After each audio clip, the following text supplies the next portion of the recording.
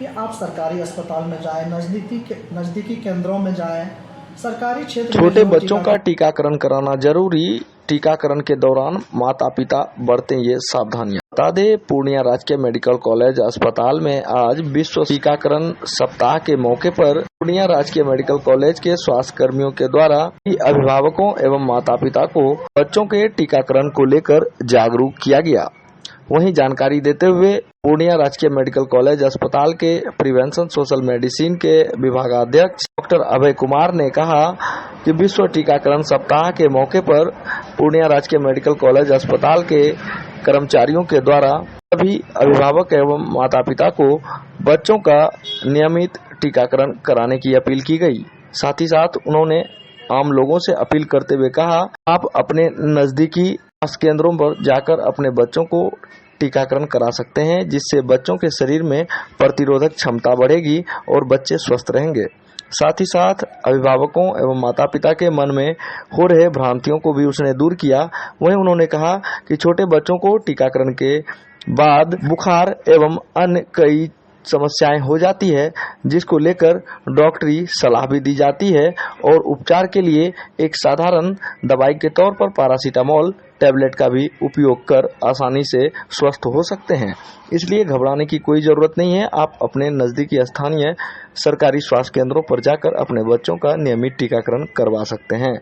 आगे सुने पूर्णिया राजकीय मेडिकल कॉलेज के प्रिवेंशन सोशल मेडिसिन के विभागाध्यक्ष डॉक्टर अभय कुमार क्या कुछ कहते हैं। टीकाकरण जन्म के पश्चात ही हम लोग लगवाते हैं।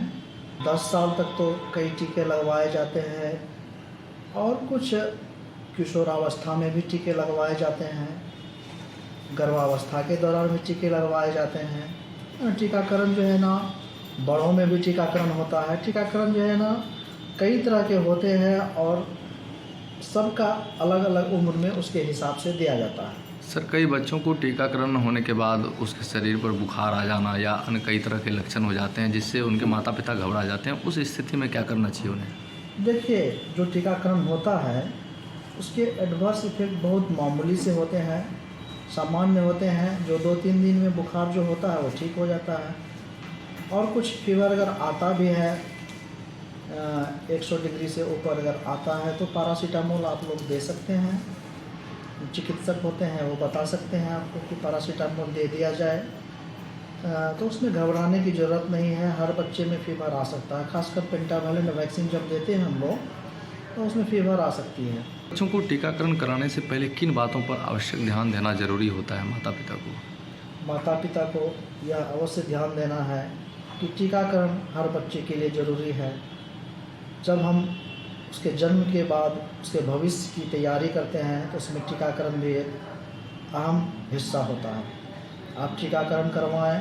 टीकाकरण से कई संक्रामक बीमारियों से हम लड़ सकते हैं, उसकी प्रतिरोधक क्षमता को हम लोग बेहतर कर सकते हैं, उसके भविष्य को हम लोग सुंदर बना सकते हैं, सुखद बना सकते हैं। टीकाकरण के दौरान इस बात का ध्यान रखें कि स्नान करवाकर बच्चे को लाएं। गंदे बच्चे को जब हम लोग कभी कभी टीका देते हैं तो चमड़े के ऊपर में जो गंदगी होती है टीका के साथ जा सकता है, क्योंकि हम लोग स्प्रिट का यूज नहीं करते हैं। तो उस स्थिति में ऊपर की गंदगी नीचे जाती है तो कभी कभी सेलुलाइटिस हो जाता है, घाव बन सकते हैं। इसलिए इस बात का ध्यान रखें। साफ़ सफाई का ध्यान रखना बहुत ज़्यादा ज़रूरी है। सर, कई लोगों में ये भ्रांतियाँ होती है कि सरकारी अस्पतालों में बच्चों को टीकाकरण सही समय पे या सही टीकाकरण नहीं होता है। इनको लेकर आप लोगों का कहाँ तक क्या जागरूकता प्रयास होता है?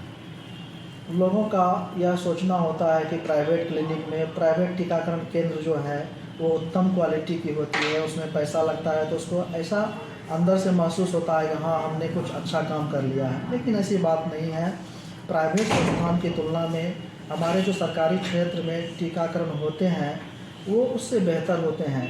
टीकाकरण का जो चेन होता है, जिसको कोल्ड चेन कहते हैं, अच्छा मेंटेन होता है। हमारे पास अच्छे इक्विपमेंट्स होते हैं, हमारे पास अच्छे हेल्थ केयर वर्कर्स होते हैं, जो कि बाहर की तुलना में अंदर में जो होता है वो बेहतर होता है। और ये टीकाकरण किसी भी स्थिति से जो है उससे निम्न क्वालिटी की नहीं होती, बेहतर होता है उससे। परिचय सर? मैं विभागाध्यक्ष कम्युनिटी मेडिसिन, राजकीय चिकित्सा महाविद्यालय पूर्णिया।